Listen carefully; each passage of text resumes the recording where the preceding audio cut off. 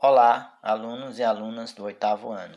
Sejam todos bem-vindos a mais uma aula da disciplina de Língua Portuguesa, Práticas de Leitura e Produção Textual.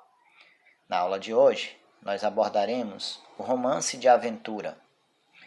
Como tantos e tantos outros gêneros textuais que já abordamos, o romance de aventura é uma narrativa um pouco mais longa, porém, apenas leremos um fragmento, ou o fragmento 1, já que nesse mesmo capítulo, que é o capítulo 4, nós abordaremos mais um fragmento desse mesmo romance, que já conheceremos.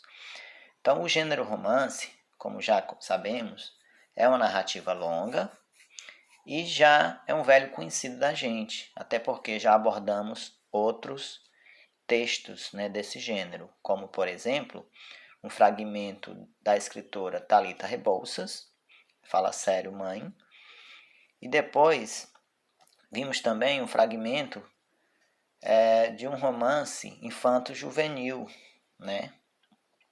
um pouco mais recentemente, que foi o romance Um Bom Sujeito.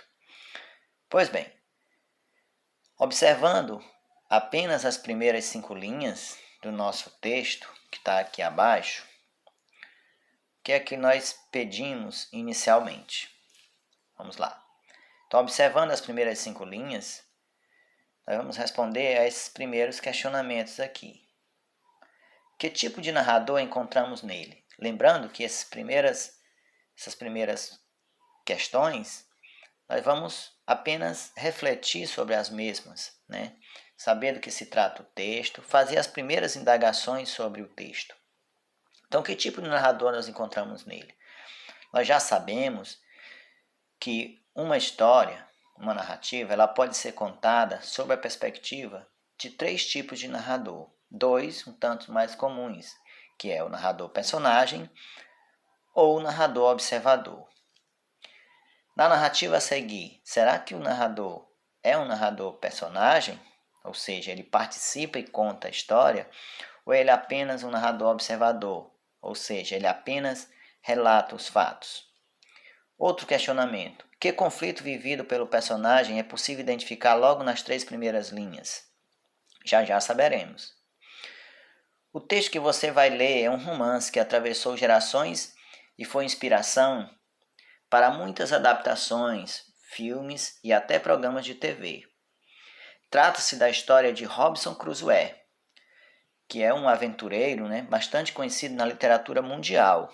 Já também conversaremos sobre o autor, o criador desse personagem.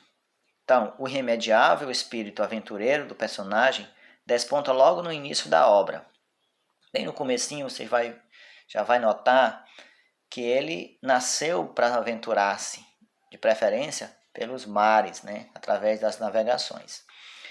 Quando ele narra os conflitos com a família. Então, logo no início, ele vai ter um embate com a sua família, que não quer que ele siga esse caminho, que ele não seja um aventureiro, que ele tenha uma profissão, enfim, que ele cuide da família. Então, você acha que esse tipo de conflito tem relação com as aventuras que o personagem vai viver no decorrer da narrativa? Acabei de falar sobre isso. O trecho que nós vamos ler a seguir é a parte em que o pai do Robinson Crusoe, ele faz aconselhamentos ao personagem, quando esse menino ou esse rapaz, ele tem ainda apenas 18 anos. Vamos ao texto. O texto está aqui na tela. Então vamos lá. A origem da personagem Robinson Crusoe e sua primeira aventura. Aí ele começa. Meu pai, já muito idoso, não me deixara na ignorância. Pessoalmente, deu-me a educação que pôde e, além disso, mandou-me a uma escola pública rural. Destinava-me ao curso de leis, mas a minha vocação era outra. Dominava-me unicamente o desejo de viajar por mar e tinha essa inclinação tão arraigada contra a vontade e ordens de meu pai, e era tão surdo às admoestações e insistentes rogos da minha mãe, que parecia que uma espécie de fatalidade me arrastava misteriosamente para o estado de sofrimento e miséria em que, mais tarde, havia de cair. Meu pai, homem circunspecto e prudente, deu-me excelentes conselhos para me dissuadir dos projetos, porque me via entusiasmado. Uma manhã chamou-me ao seu quarto, onde a gota, e reparem, vou fazer uma interrupção, há algumas palavras em destaque, em lilás, que depois serão comentadas mais à frente lá no glossário. Então, onde a gota o prendia, e falou-me asperamente acerca desse assunto. Perguntou-me que razões eu tinha, ou antes, que louco desejo era o meu de abandonar a casa paterna e a pátria, onde podia gozar de todas as proteções, além da esperança de aumentar os haveres da família, com a minha aplicação e trabalho, e isso passando uma vida tranquila e agradável. Ponderou-me que, para tentarem grandes empresas e irem por esse mundo afora, procurar aventuras para se elevarem e se tornarem célebres por caminhos pouco trilhados, só eram aptas duas categorias de pessoas. É importante prestar atenção nesse ponto aqui, viu, gente? Duas categorias de pessoas. As que não têm bens nem recursos de espécie alguma e as que pertencem às classes superiores e distintas.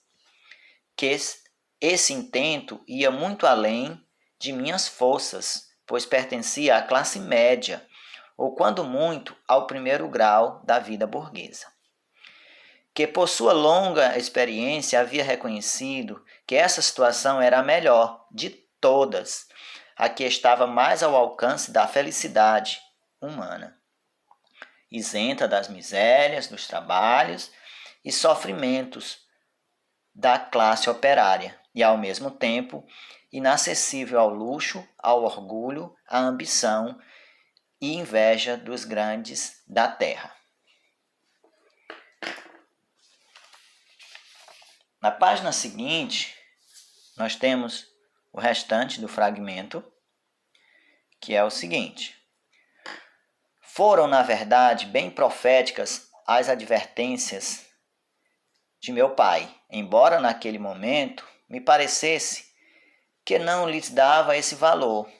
Ao terminar, notei que as lágrimas lhe corriam em abundância pelo rosto, principalmente quando se referiu à morte de meu irmão. E também quando me disse que lá viria tempo em que me arrependeria, sem ter ninguém que me valesse.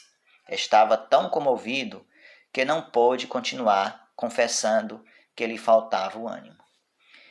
Fiquei deveras sensibilizado com tão afetuoso discurso, a ponto de tomar a resolução de não ir viajar e estabelecer-me em York,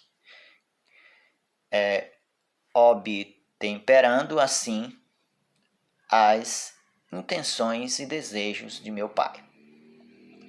Além das palavras que estão destacadas lá na página anterior, né, na página 119 e aqui na 120, nós temos outras palavras, né, que podem gerar dúvidas no momento da leitura, né? Como aqui, quando ele diz obtemperando, ele está apenas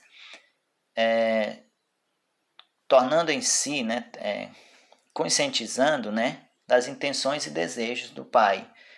Então ele toma, digamos assim, consciência, né?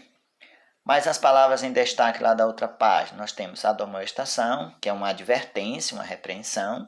Arraigado, ou seja, é uma coisa enraizada, uma coisa que está firme. E gota é uma doença, né, que é normalmente hereditária, provocada pelo excesso de ácido úrico no organismo, geralmente inchando as articulações, né, principalmente as articulações. Bem, aqui mais abaixo nós temos uma pequena biografia do Daniel Defoe, né, que é o nome do escritor, que ainda não havíamos falado. Ele não é autor apenas do romance Robinson Crusoe, mas de tantos outros textos, né, conforme a gente pode observar. E o que é importante aqui nesse texto do Robinson Crusoe, nesse primeiro fragmento, é primeiro embate dele com a família, né? Ele está convicto de que devera viajar, devera se aventurar pelo mundo. E o pai, coitado, só com ele, o único filho homem, já que o irmão mais velho dele havia falecido há pouco tempo, pede que ele continue em casa, né, para cuidar do patrimônio da família, né, já que na época precisava-se de um filho homem para fazer tal coisa. E ele, doente, né, ele, o pai, precisava que alguém cuidasse. E ele, já muito convicto de que deve, na verdade, o espírito dele é o espírito aventureiro, ele quer se aventurar. E o pai dá conselhos a ele, mas ele parece não ouvi-lo, certo? Sobre esse fragmento de texto, eu quero que vocês desenvolvam, né, a título de tarefa, a questão de número 2. Ela é bem longa, né? Vocês lerão, para responder a questão de número 2, este fragmento, que inclusive está lá na página 119 também, né, do nosso livro didático. Ele começa, na verdade está todo na 119, é o parágrafo final da 119, certo? Onde ele fala, tem o conselho do pai ao personagem, né? É um longo relato, é um longo conselho que ele dá ao personagem Robinson Crusoe. Bem, na página 121, nós temos o restante da pergunta. Na verdade, a pergunta quase por inteiro, né? Está na 121. Então, ele diz: ao aconselhar o filho, no sentido de fazê-lo desistir da viagem, o pai o coloca diante de um paradoxo. Aí nós vamos ler o que é paradoxo para entender o que seria essa figura de linguagem. Então, paradoxo é uma figura de linguagem que consiste em reunir ideias contraditórias, ou seja, que se contrastam, se opõem, dentro de um mesmo contexto. Então, é quando eu formulo um posicionamento e dentro desse posicionamento eu tenho duas posições que parecem ser contrárias. Então, essa linguagem paradoxal, contraditórias, muitas vezes parece ilógica, parece não fazer lógica, não ter nexo, né? Entretanto, ela pode expor uma ideia perfeitamente fundamentada, na verdade, constituindo-se de uma contradição possível e que tem significado. Ou seja, lá naquele fragmento que foi apresentado, coloco-lhe novamente aqui, ó, esse fragmento aqui, ele apresenta um paradoxo bem forte dentro do conselho do pai, que é isso que eu vou querer que vocês identifiquem. Bem, então aqui, para formular esse argumento, para convencer o filho, o pai do Robinson Crusoe, ele faz uso de um paradoxo. Então, vamos lá. Então, essa opinião contrária, né, que parece ilógica, né, mas faz sentido, é que eu quero que vocês desenvolvam aqui, ó. Vamos lá. Nesse trecho, o pai estabelece que somente duas categorias de pessoa, ou seja, de classes sociais distintas, poderiam sair pelo mundo em busca de aventuras. Ele diz lá, ele cita duas classes sociais bem contrárias, né? Repare, é o paradoxo aí. Quais são, no pensamento do pai, essas classes sociais? Aí, com base naquele fragmento que eu acabei de mostrar, vocês identificam quais são essas duas classes sociais e põem aqui. Beleza?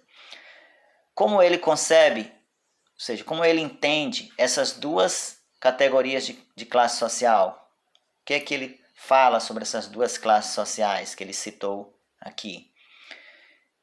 Qual paradoxo podemos perceber nesse trecho do texto?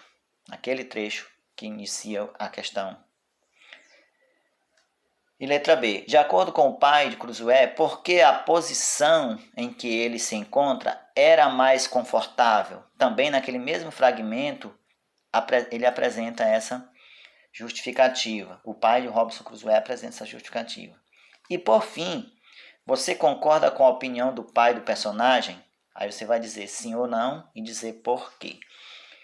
Então eu quero que desenvolvam apenas essa segunda questão, que inicia-se no final da 120 e termina aqui no início da página 121. Ok, pessoal? Essa foi a nossa aula de hoje. Obrigado por assistir.